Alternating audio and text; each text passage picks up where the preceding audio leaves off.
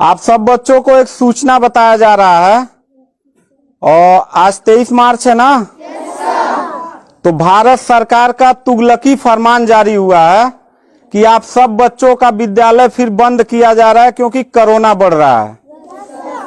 शांत रहिए कि आपका विद्यालय आज से 31 मार्च तक विद्यालय बंद रहेगा, ठीक है। और आप सब लोगों को बताना चाहेंगे कि यही काम पिछले साल भी हुआ था कि 1 हफ्ते के लिए लॉकडाउन किया जाएगा जब आपका एनुअल एग्जाम चल रहा था, और तब से लेके पूरा साल जो था वो विद्यालय बंद हो गया, जिससे आपकी पढ़ाई बहुत ज्यादा नुकसान हुआ। और इस साल जब विद्यालय खुला, आपने किताब कॉपी अपना सारा व्यवस्था कर लिया, तब हमारे तुगलकी फरमान जो हमारे सरकार हैं वो अब आदेश कर दिए कि अब फिर जो है कि ये विद्यालय फिर बंद होगा। माननीय योगी आदित्यनाथ महाराज जी, मैं आपसे पूछना चाहता हूं कि आप बच्चों के भविष्य के साथ और जो प्राइवेट अध्यापक विद्यालय में पढ़ा के अपनी रोजी रोटी कमा खा रहे हैं, उनके पेट पे लात क्यों मार रहे हैं? इन बच्चों के भविष्य के साथ खिलवाड़ क्यों कर रहे हैं? ठीक है, कोरोना अगर बढ़ रहा है, विद्यालय बंद था, पूरे साल में किसी एक अध्यापक ने, किसी एक प्रबंधक ने कभी भी विद्यालय खोलने के लिए कोई धरना प्रदर्शन नहीं किया और हम लोगों ने पूरा सपोर्ट किया। लेकिन बीच में अगर कोरोना फैल रहा है तो मैं आपसे पूछना चाहूंगा कि जब गोरखपुर महोत्सव आप करा रहे थे तब कोरोना फैल नहीं रहा था। जब आप आके यहाँ पे इलाहाबाद के प्रयागराज में कुंभ का मेला लगवा रहे थे तब कोरोना नहीं फैल रहा था, जहां पे करोड़ों लोग स्नान करने गए। और अभी हरिद्वार में महाकुंभ का आयोजन आप करवा रहे हैं तब कोरोना नहीं फैल रहा है। बिहार में चुनाव हो रहा है तब कोरोना नहीं फैल रहा है। और विद्यालय जो बच्चों का सबसे देश की रीढ़ की हड्डी होते हैं, जिनकी बुनियादी शिक्षा, प्रारंभिक शिक्षा आप बिल्कुल बर्बाद कर दिए हैं पिछले 2 साल से, और अब जाके फिर लॉकडाउन आप लगा रहे हैं। तो आपसे पूछना चाहेंगे कि बच्चों के भविष्य के साथ आप मैच क्यों खेल रहे हैं? ये जितने भी बच्चे हैं, अगर 1 मार्च आप 1 अप्रैल बोले हैं, 1 अप्रैल तक अगर विद्यालय नहीं खुला तो इन सारे बच्चों को लेके मैं रोड पे बैठ जाऊंगा। ये मैं आपको खुला चैलेंज कर रहा हूं, क्योंकि बात सिर्फ मेरे तक का नहीं है, इन सारे बच्चों का भविष्य है और इन सारे बच्चों का भविष्य आप लोग अंधकार में डाल रहे हैं। आप लोग खुद नहीं चाहते हैं कि देश का बच्चा पढ़े, पढ़ के कुछ लायक बने। आप लोग अपना जब रैली निकालना रहेगा, चुनाव रहेगा, तो कोरोना आपके पास नहीं रहता है। और जब आपको लगेगा कि आपके विपक्ष में लोग खड़े हो रहे हैं तो आप कोरोना का ड्रामा करा के विद्यालय को सबसे पहले आप बर्बाद कर रहे हैं। आप बताइए, विद्यालय में आप गोरखपुर जिले में 193 लोगों ने अपने विद्यालय की मान्यता निरस्त करा लिया।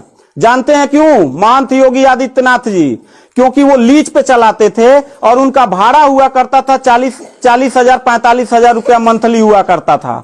वो भाड़ा न चुकाने के वजह से, चूंकि मालिक को भाड़ा चाहिए, उन लोगों ने अपनी मान्यता निरस्त करा दिया। और सरकारी जो स्कूल है उनकी हालत तो पहले से मतलब खस्ता हो चुकी है। तो ऐसे कंडीशन में गार्जियन करे तो क्या करे और हम अध्यापक करे तो क्या करें? ये जितने भी 16-17 स्टाफ हैं, इन सब लोगों की रोजी रोटी चलती है इन बच्चों के और इस विद्यालय के संस्था से। आप लोग हमारे पेट पे प्रहार कर रहे हैं, हम लोगों के व्यवसाय से प्रहार कर रहे हैं। अगर आपको लग रहा है कोरोना है, ठीक है, विद्यालय बंद कर दीजिए, तो आप ये भी अपनी नियत को साफ करिए कि कुंभ का जो मेला, महाकुंभ का लगवाने वाले हैं, उसको भी कैंसिल कर दीजिए। और जो गोरखपुर महोत्सव और गोरखनाथ का मेला लगवा के आप ड्रामा करवा रहे हैं वो भी बंद करवाइए। यानी आप खुद नियम का पहले फॉलो करिए, हम लोग नियम को फॉलो करने के लिए तैयार हैं। अगर लास्ट में जाते जाते यही कहेंगे, इन बच्चों को, चेहरों को देखिए, इनके माता पिता ने सारे बच्चों का, किनका मोबाइल बज रहा है, साइलेंट कर लीजिएगा सर। इन सब बच्चों के माता पिता ने, बच्चों कितने लोगों ने आप किताब कॉपी अपना सारा कंप्लीट कर लिए हो? पता है, एक एक बच्चों की किताब कॉपी 2-2 हजार रुपए की आती है। आप फिर लॉकडाउन लगा दिए, इनकी पूरी पढ़ाई बर्बाद हो गई। अब यानी आपने 1 हफ्ते का लगाया है, आपकी नीयत पे तो मुझे 100% विश्वास है ही नहीं है कि आप करोगे क्या। आप पूरे साल पढ़ाई बर्बाद करोगे। हाथ नीचे करिए। अब ये बच्चे करेंगे क्या? किताब लेकिन इनके गार्जियन करेंगे क्या? हम लोगों ने पूरा कोऑपरेट किया सरकार को। जितना दिन लॉकडाउन लगा था उतना दिन का मैंने पूरे सभी विद्यालय के लोगों ने शुल्क माफ कर दिया, क्योंकि गार्जियन के ऊपर कोई लोड न पड़े। हम लोगों ने टीचरों को पेमेंट नहीं किया, क्योंकि हम लोगों ने जब फीस नहीं लिया तो पेमेंट कहां से करें। हम लोगों ने पूरा सरकार का साथ दिया, जितना हो सकता था सब लोगों ने साथ दिया। लेकिन अब इतनी कंडीशन होने के बाद, विद्यालय खुलने के बाद आप लोग विद्यालय बंद कर रहे हैं, ये बहुत ही गलत कर रहे हैं। और आपका पॉलिटिकल जो फंडामेंटल जिस पे आप चल रहे हैं कि जिन नियतों पे आपका बर्बाद होने वाला है, मैं लिख के आपको दे दूंगा कि अगर फिर से 1 अप्रैल के बाद, ठीक है, अगर 1 हफ्ते के रोकने के बाद कोरोना भाग जाता तो मतलब 1 हफ्ता आप बंद कर लीजिए, बिल्कुल हम लोग 1 हफ्ता नहीं पढ़ाई कराएंगे। लेकिन अगर फिर साल भर का ड्रामा आपने किया तो निश्चित तौर पे याद रखिएगा कि तानाशाही उतना ही अच्छा लगता है जितना तानाशाह के अंत होने का समय ज्यादा दूर हो, और आपका समय बिल्कुल नजदीक आ गया है।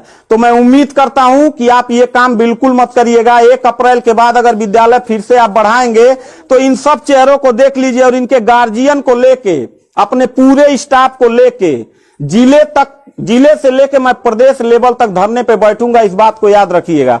क्योंकि सवाल यहां सिर्फ मेरे रोजगार का नहीं है, मेरे जितने सहपाठी और जितने मेरे कर्मचारी लोग हैं और इन बच्चों के पढ़ाई का भविष्य का सवाल है।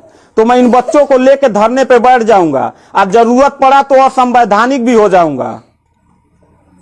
इसी के साथ मैं सरकार से रिक्वेस्ट करूंगा कि अगर 1 हफ्ता में बंद करने से कोरोना भाग जाता है तो हम सब लोग आपके साथ हैं, अगर नहीं भागता है तो 1 अप्रैल से छोड़ दीजिए।